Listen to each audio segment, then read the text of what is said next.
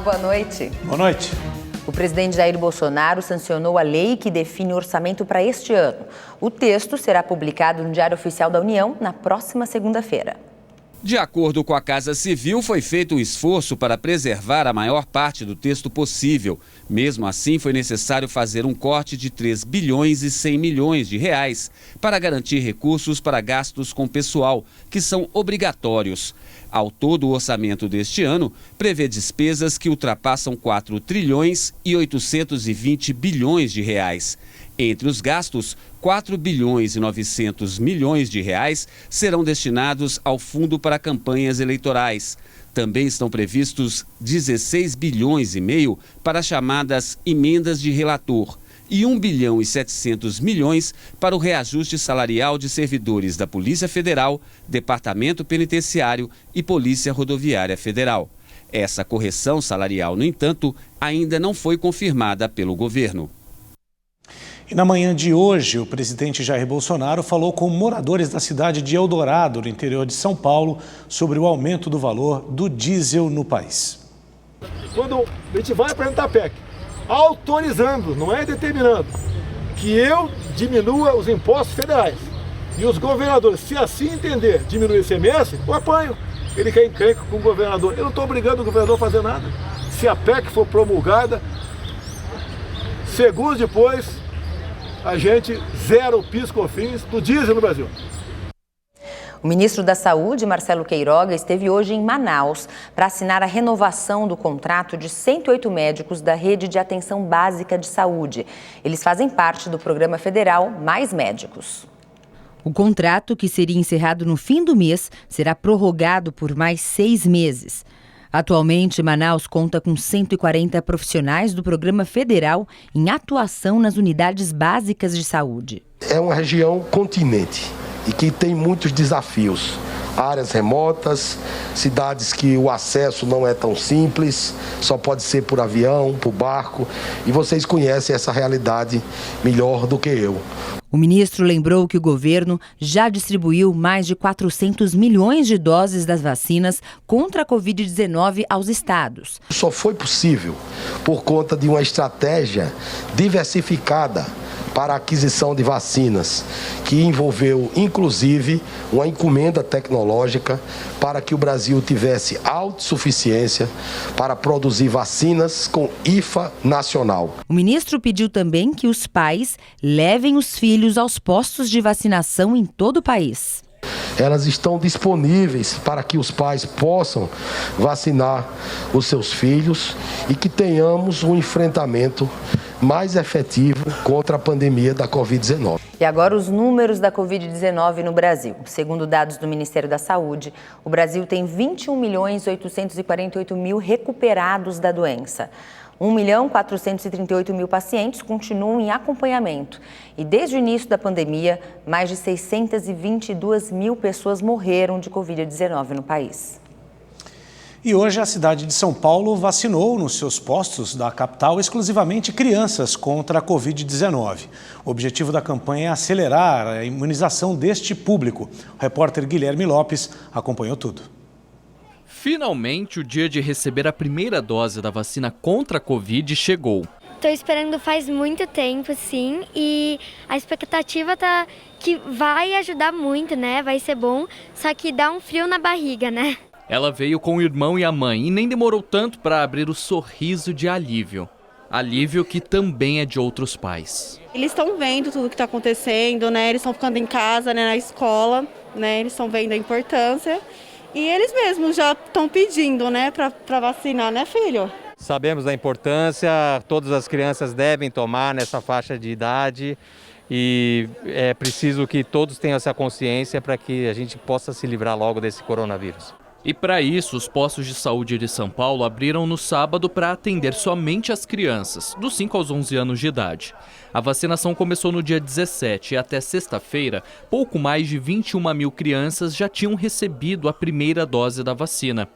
Na quinta-feira, a capital recebeu um lote de 800.000 vacinas da Coronavac, que foram disponibilizadas nas unidades, podendo assim ampliar a vacinação. As crianças de 5 anos e aquelas imunocomprometidas estão recebendo os imunizantes da Pfizer. A ação realizada pela Prefeitura foi para tentar acelerar a imunização do público infantil. Neste posto que fica na região central da cidade deu certo. O movimento ficou assim em boa parte do dia. Eu achei que é uma fila bem grande. E nem demorou tanto. Foi só uma picadinha. Foi super tranquilo, quase não doeu. Muito importante para se livrar da Covid, que é uma doença que mata muita gente, infelizmente. Apesar disso, a injeção ainda gera medo na criançada, mas nada que não seja passageiro. Eu percebi que foi muito tranquilo, porque eu tenho muito medo de vacina, porque quando eu vejo a agulha eu fico com medo. Eu tava com muito medo, porque eu tenho medo de sentir dor, mas esperava que ia doer mais. Foi tranquilo? Foi. Na verdade, antes não, mas agora tá. E olha, o governador do Rio de Janeiro, Cláudio Castro, apresentou hoje o programa Cidade Integrada. A proposta é reformular a segurança pública no estado. Antes do evento, moradores do Jacarezinho fizeram um protesto e uma motociata pedindo, entre outros pontos, o fim da violência policial. O protesto de moradores do Jacarezinho pede paz.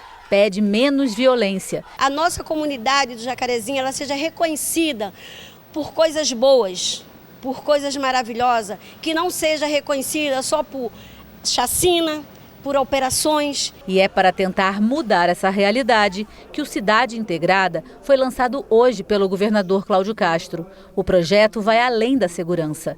A ideia é retomar as áreas dominadas pelo crime e nelas implementar serviços e projetos sociais. Esse projeto é um projeto de retomada. É um projeto de retomada do território e de entrega a quem esse território pertence, que é o povo dessas comunidades. As duas primeiras a receberem o projeto são as mesmas que durante a semana foram ocupadas pela polícia. Na zona oeste do Rio, a Muzema, dominada pela milícia, e o Jacarezinho, na zona norte, área de atuação do tráfico de drogas. Aqui não tem sequer prazo de próximas. E só há de se pensar nas próximas após essas estarem funcionando totalmente de forma correta. O investimento inicial é de mais de 500 milhões de reais. A reestruturação inclui obras de infraestrutura, cursos de qualificação, capacitação e inclusão digital para pessoas de várias idades. Os programas vão funcionar dentro das comunidades, que vão ter ainda núcleos de serviços públicos nas áreas de cidadania, saúde e cultura. Além disso, centros de reciclagem e mercados produtores são as apostas para melhorar a economia local. A maioria dos programas começam a ser implantados até fevereiro e a população vai participar desse processo através dos conselhos integrados. O presidente da Associação de Moradores do Jacarezinho critica a forma como o programa foi iniciado, com uma operação policial. Para ele, é melhor esperar e ver se o Cidade Integrada vai virar realidade. O projeto, para dar certo, tinha que começar de dentro para fora, não de fora para dentro. Aqui tem moradores, cidadãos do bem, na sua grande maioria, que merecem respeito. A palavra aqui é respeito. Passageiros e seguranças da CPTM, Companhia Paulista de Trens Metropolitanos de São Paulo, se envolveram em uma briga ontem à noite dentro de um trem na zona leste da cidade. Imagens gravadas por passageiros que estavam no vagão mostram um momento em que 3 homens e 4 seguranças da companhia discutem e se agridem. Um rapaz de branco teve a blusa rasgada pelos agentes e revidou com gritos e palavrões. Em outro momento, esse passageiro de roupa listrada recebe um mata-leão. Ele se solta e o grupo continua trocando socos. Segundo a CPTM, os 3 passageiros foram abordados pela equipe de segurança por comportamento inadequado e uso indevido de máscara. Eles estavam em um trem da linha 12 Safira. Na estação Jardim Romano, na Zona Leste, os passageiros se recusaram a desembarcar e entraram em confronto com os vigilantes que seriam terceirizados. A companhia diz que está apurando os fatos e que notificou a empresa responsável pelos agentes. Disse ainda que não tolera nenhum tipo de violência em suas dependências, seja de colaboradores ou passageiros. A grande demanda internacional fez o número de licenças para atividades de mineração aumentar aqui no Brasil. Paraná e Minas Gerais são os primeiros na lista dos estados com maior número de autorizações. Mariana em 2015. Olha o camarada, volta o vira o caminhão, Brumadinho em 2019. Nos últimos anos, o rompimento de 2 barragens de rejeitos de minério em Minas Gerais matou dezenas de pessoas, provocou muita destruição e devastou o meio ambiente. Muitos atingidos ainda brigam na justiça pela reparação dos danos e diversos reservatórios estão em situação de emergência com risco iminente de colapso. Mesmo assim, em 2021, a Agência Nacional do Setor registrou crescimento significativo de autorização para operações de empresas de mineração.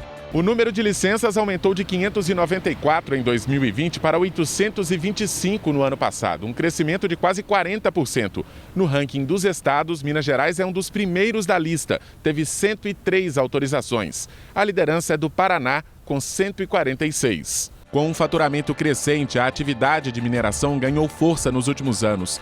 O setor acumulou receita de 209 bilhões de reais em 2020 e de 339 bilhões em 2021. A produção em alta também significa mais impostos recolhidos. Nesse caso, o crescimento passa de 60% em 2 anos. A gente tem visto nos últimos meses um aquecimento do mercado, uma perspectiva de novos investimentos. O minério de ferro, que é o carro-chefe do Brasil, teve uma valorização forte no ano passado. Ele deu uma recuada, mas ainda se encontra acima de $100 a tonelada, e isso tem levado a um aumento da perspectiva de investimento e ampliação das minas. De acordo com o Instituto Brasileiro de Mineração, as autorizações passam pelo Ministério de Minas e Energia e pela Agência Nacional de Mineração. As licenças ambientais cabem às secretarias estaduais e órgãos federais, dependendo do local da atividade. E, em alguns casos, é preciso de autorização do IBAMA também. O setor empreendeu, ao longo dos últimos 3 anos, um grande esforço na implementação de medidas que melhorem a segurança das barragens, o descomissionamento e também outros métodos que permitam a mineração a seco. A Agência Nacional de Mineração declarou que só autoriza a exploração das áreas depois do licenciamento ambiental e que segue rigorosamente as leis brasileiras. Fundamental um fortalecimento das agências de fiscalização e um aumento da parceria e da troca de informação entre a agência reguladora do federal e os órgãos ambientais. O período das férias escolares pode ser bem aproveitado pelas crianças e adolescentes. Mesmo na pandemia, é possível fazer passeios com os protocolos de segurança. Os acampamentos são uma opção para a garotada se divertir e fazer novas amizades. Tá certo que é um período de descanso, mas quem disse que para relaxar a mente é preciso relaxar o corpo? Muito pelo contrário. Nesse acampamento em Mariporã, na Grande São Paulo, a ordem é se movimentar. Tem atividades para todos os gostos, de brincadeiras radicais a lúdicas. A temporada varia de 6 a 12 dias, de acordo com a escolha dos pais, e recebe crianças e adolescentes entre 5 e 17 anos. Eu amei a brincadeira da bruxa, do cotonete, da tirolesa e da piscina. É muito legal, gente. Os adolescentes que frequentam o espaço desde criança levam para casa mais do que uma experiência de férias. Uma das coisas que eu mais gosto daqui é as amizades que você faz. É super legal. Tem baladinha todo dia para você dançar, se divertir, comer pipoca, que tem uns lanches. Ao longo desse tempo já fiz muitas amizades que eu levei para a vida toda até fora daqui. Os organizadores tomam todos os cuidados para que o passeio seja seguro e divertido. Então, todo mundo entra aqui no acampamento testado, a gente exige o uso de máscara, álcool em gel espalhado por todo o ambiente e durante as refeições, no almoço e no jantar, a gente monitora a temperatura de todo mundo para ver se ninguém está com sintoma ou se a gente tem que tomar alguma providência. Em acampamento ou não, o importante é movimentar as crianças durante as férias. A Organização Mundial da Saúde recomenda 1 hora de atividade física por dia. O manual da Sociedade Brasileira de Pediatria diz que a prática na infância e adolescência auxilia no equilíbrio do balanço energético. Dessa forma, previne a obesidade e doenças relacionadas. Jovens ativos tendem a se tornar adultos ativos. A professora de educação física ensina alguns exercícios para fazer em casa e manter a garotada em movimento. Alongue suas crianças. Use toda a articulação e mobilidade que você pode exigir delas. Compartilhe com elas, principalmente esse momento. Deslocamento, corrida, salto, pula corda, corridinha no lugar, agacha e sobe, brincadeiras de morto-vivo, brincadeiras de esconde-esconde. Vamos dançar, vamos brincar e vamos compartilhar um momento muito gostoso com elas. Vamos pro polichinelo de novo. De novo. Olha pra mãe. Isso, aqui, ó. Muito bem. E olha só, está em cartaz nos principais palcos do Recife a 28ª edição de Janeiro de Grandes Espetáculos. O festival, que vai até o dia 31 deste mês, reúne mais de 70 apresentações de teatro, música e dança. Apresentações locais, nacionais e até internacionais de teatro, música, dança e circo. Esta é a proposta do Janeiro de Grandes Espetáculos, festival que há 28 anos movimenta a cena cultural do Recife. Janeiro é uma resistência. Janeiro é um projeto que visa o público pernambucano, através dos artistas pernambucanos.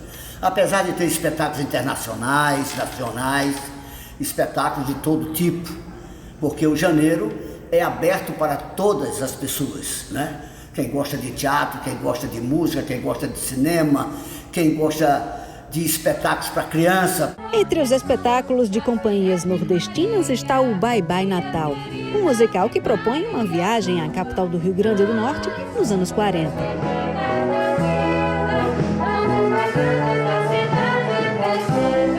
Aqui no Recife, as apresentações acontecem em 9 teatros públicos da cidade. Mas o evento também mantém uma proposta de interiorização, com apresentações em 5 cidades da região metropolitana e interior de Pernambuco. Em cumprimento aos protocolos sanitários, o limite de público foi restrito a 50% da capacidade máxima. E para assistir aos espetáculos, é preciso apresentar o passaporte vacinal. Produções consagradas, como Valsa número 6, que estreou pela primeira vez no Rio de Janeiro em 2012, também podem ser conferidas nos palcos do Recife. No monólogo, inspirado no texto de Nelson Rodrigues, a atriz Luísa Thierry interpreta Sônia, uma garota que tenta desvendar o mistério em torno de sua morte trágica. Por que existem tantos olhos no mundo? Do drama, passamos para a comédia, porque em tempos tão difíceis, rir ainda é o melhor remédio. E esta é a proposta de Picadeiro Pernambuco, da Trupe Carcará. O espetáculo traz pela primeira vez a magia circense para o festival. O espetáculo não pode parar. E o Picadeiro Pernambuco vai trazer ao palco do Teatro do Parque toda a magia do circo. Nós teremos palhaços, lógico, porque circo sem palhaço não é circo. Nós teremos malabaristas, acrobacia no céu e no chão do palco do Teatro do Parque, contorcionistas e uma banda, a banda do maestro Fábio Andrade, que vai tocar ao vivo, animando o público. As cores de Miró, o multiartista espanhol, e a sua arte surrealista estão em exposição no Rio de Janeiro, numa mostra interativa que atrai adultos e crianças.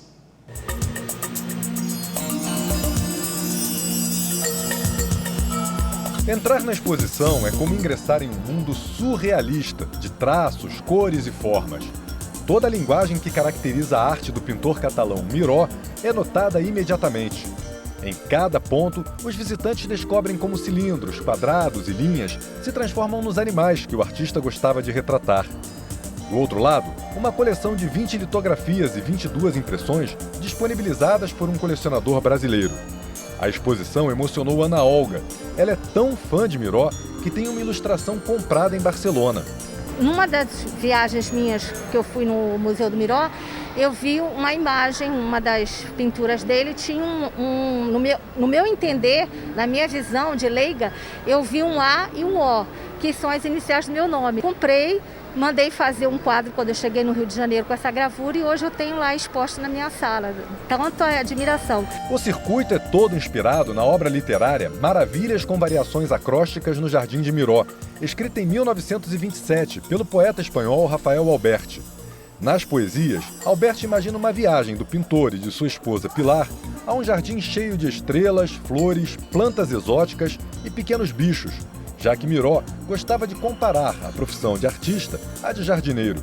E é a partir desta ideia que os traços firmes do pintor podem ser vistos até o dia 20 de março, neste shopping, na Barra da Tijuca, zona oeste do Rio. É uma oportunidade para o carioca poder estar perto de uma coleção assim e das criançadas desfrutar disso da maneira como eles entendem, com interatividade, com brincadeira e assim a gente consegue atrair as famílias. As cores mais usadas por Miró estão em todos os cantos da exposição. E em dispositivos interativos como este, elas podem ser manipuladas e experimentadas. Basta escolher onde pisar e observar a tela. A fonte das cores é um dos espaços preferidos das crianças. Isabela, de 3 anos, aprendeu direitinho as cores que Miró usava. Essa escolhe vermelho, amarelo, verde, azul e outro azul. O público também pode conferir o ambiente em sintonia com o cosmos, para refletir sobre o início, o nascimento, a morte. No Farol do Mundo é possível sobrepor imagens e montar um autorretrato surrealista. E tem ainda um ambiente com animais, criaturas mágicas, a representação do universo e os traços de Miró, que sempre começava o desenho pelo olho. Imagens que encantam, mexem com os sentidos e com a imaginação. Para mim foi voltar à infância, né? A desenhar, brincar, imaginar. O que você imagina, né? Um traço que pode ter 1 milhão de possibilidades, né? Então, para mim foi um resgate aí.